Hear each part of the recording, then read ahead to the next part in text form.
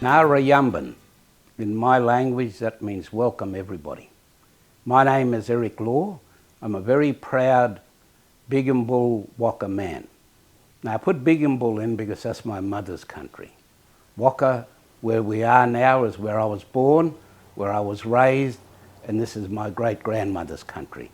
I'm very proud to be able to sit here today with Dean and talk about my life and talk about how much my culture means to me. I didn't quite understand this connection to country.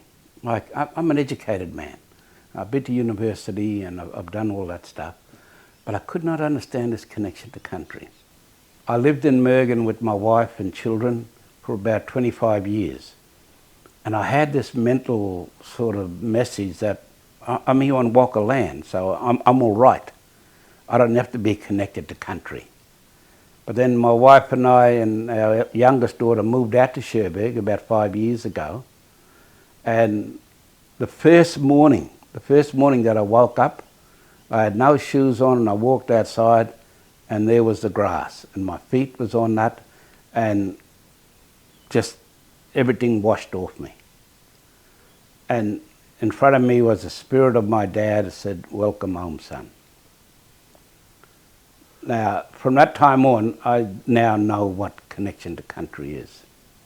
And I want to share that with our young people, and I want our young people to understand that. I want them to understand that they can take a lot of things away from us, but that land where all of our stories are, where all of our people are, still belong to us. There was 14 children in my family, and we had 2 sets of twins, and they were both boy and girl. And but the image of my dad, and it'll always be in my mind. In all that time that I was growing up, I never heard my dad shout at my mum. I never heard him angry with mum. And there was times, my mother was a hard Bigambul woman. She was a hard woman. And she came from a hard mob. He was such a good man, a decent man. And it was 1918, just at the end of the war. They were on a raid in Palestine, and his horse slipped and sort of fell on top of him. According to the medical reports, he should have died. But they ended up, how he, being a jockey, I suppose, he had that skill to be able to roll with the horse and get away from it. But it crippled all down one side of his body. I'll share one story with you. When we was growing up, we didn't have any TV, so the radio was our number one entertainment situation. So, and my dad taught us all how to dance. Can you imagine this? A crippled up little jockey teaching us how to do a waltz. And I look back now and I think, how the bloody hell did you do this, Dad? You know, like... You know, I know that he's with me all the time, and he's always giving me a prod when I start to doubt myself, and he's always there. He's always there to say, you know, just throw it out there and see what happens.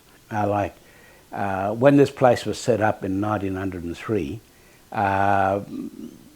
know, from an outsider's point of view, it was more like a prison, because everybody had rules they had to follow and whatever.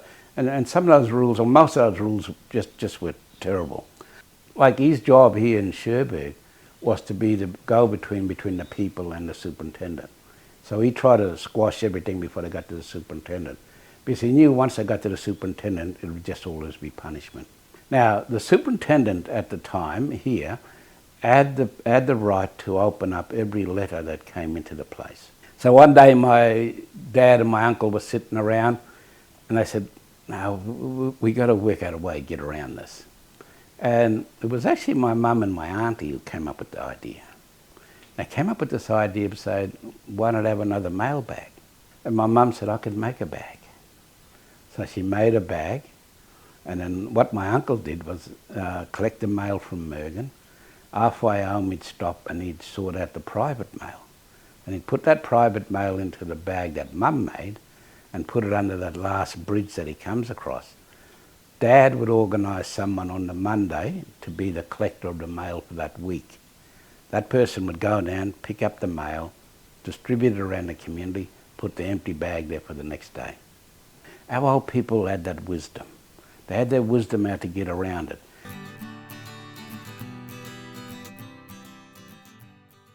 During the Second World War, the Australian government was a bit worried about the people living in the Torres Straits.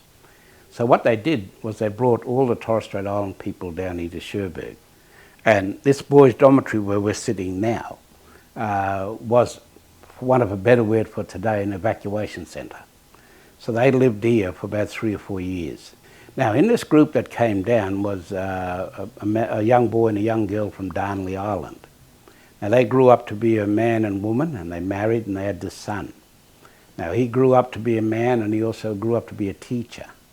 And they said to the son, you have to go back to Cherbourg and repay him for looking after us. His name was Jeffrey Dooler. Because every morning I would see this fella, black trousers ironed, white shirt ironed, black ties on, boot polished. And I said to my dad, that's what I want to be. And I did this when I was 9 years old. He was the absolute epitome of a teacher, of a person who want to share his knowledge. And he used to live here in the boys' dormitory now where we are, and sadly never made it back to the Torres Straits. He got cancer, and he became the inspiration for me to become a teacher.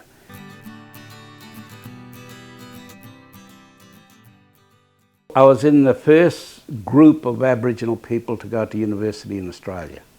And we did this in 1975.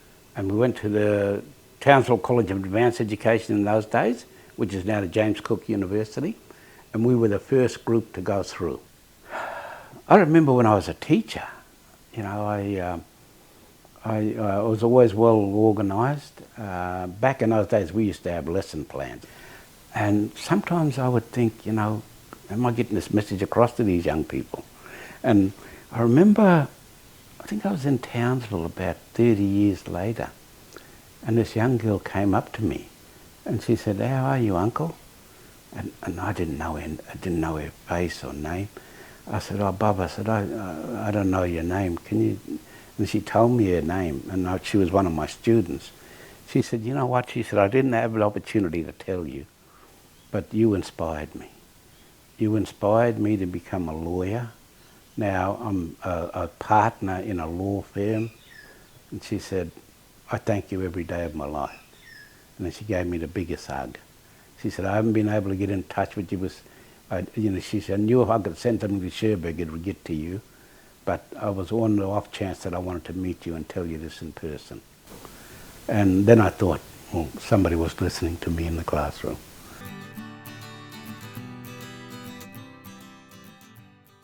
In 1983, sorry, I was home here doing some, in fact I was in charge of the TAFE college here in Cherbourg. And we had a young minister, a maverick minister for Aboriginal Affairs. His name was Bob Catter. He's still in the Parliament today. He was in a National Party government that was led by Joe Bjelke-Petersen. And what Bob said, he said, we need to change the Protection Act. Because the Protection Act was only supposed to go from 1897 to 1904. But we're talking about the 1980s here. So we had to change it, because the Protection Act gave too much power to the superintendent.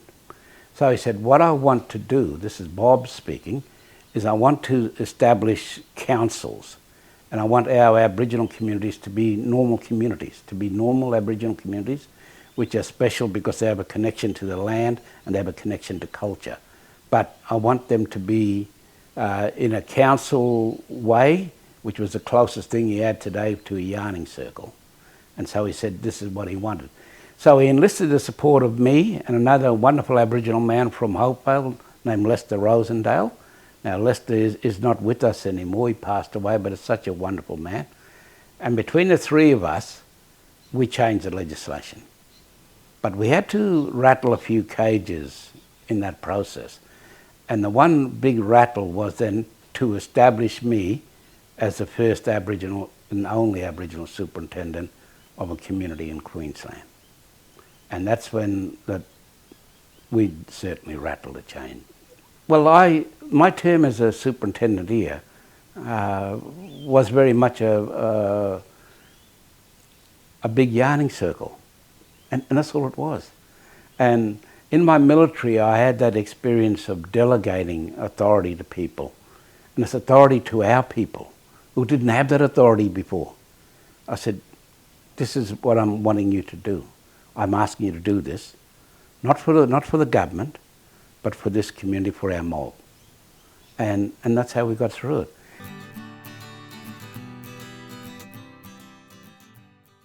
Well, 2018 Queen's Birthday Honours List, I was awarded Order of Australia. Now, there's a hierarchy things in these awards and whatever. Most people get the Order of Australia medal, right? And the Order of Australia is just another one above that, and the knighthood is the next one above that. And I went down to Parliament House in Brisbane, and I was given that by the governor, and I probably didn't think too much of it. I still don't like the royal family, but I thought the Queen and the Queen's mother, I thought they were decent people. And I thought on the Queen, as she got towards the end of her life, could have made this big grand gesture of saying sorry to us First Nations people for what our forebears had done to us.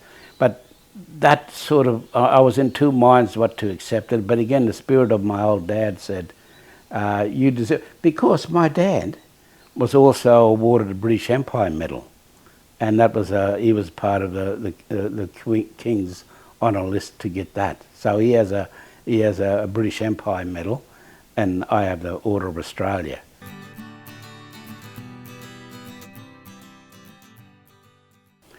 I want to say to our young people, especially here in Cherbourg, that you are wonderful young people. You've got this culture that you are starting to become part of now, and you probably didn't think that you were going to be part of this. But I think learning our language has made you an integral part of our culture. Now, my hope is, and my belief is, that you will want to know more about our culture. Now, in that case, you then become my elder. And I've got to respect you because you have this cultural knowledge. And then I want you to share that cultural knowledge with me.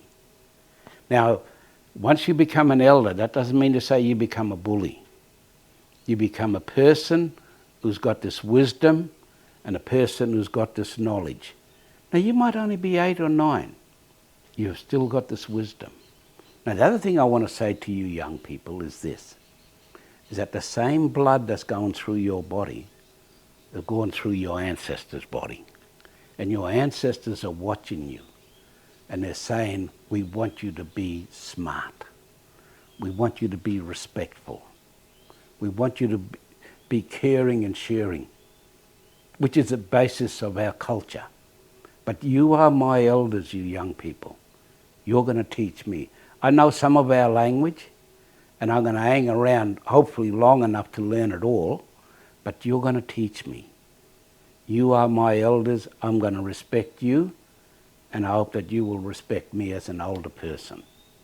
But you are so critical to us.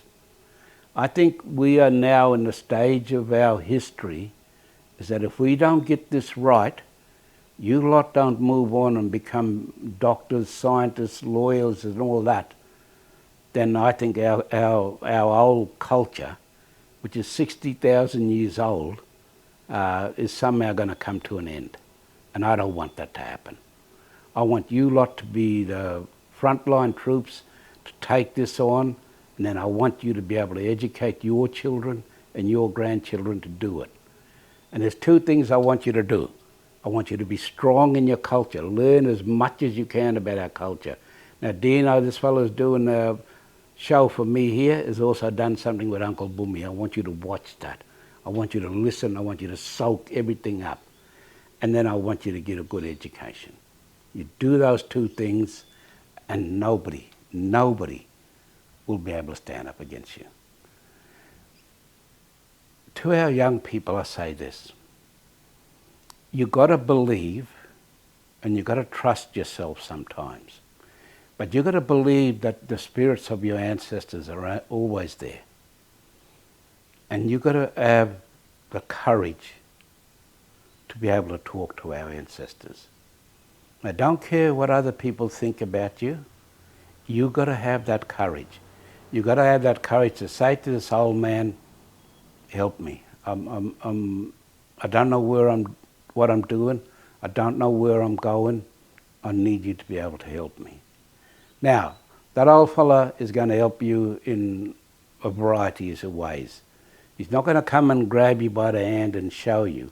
But something might happen. You might see a bird, or you might see an animal acting a little bit strange or something. That'll be that old fella. And that will tell you that he's listened to what you've said. And all you got to do is believe in yourself and give yourself the courage. Another thing I want to say to our young people, don't be frightened to ask for help. That's not a sign of weakness. That is actually a sign of great strength. If you ask somebody, give me a help, give me a helping hand. Don't do it for me. I want to do it, but help me to do it.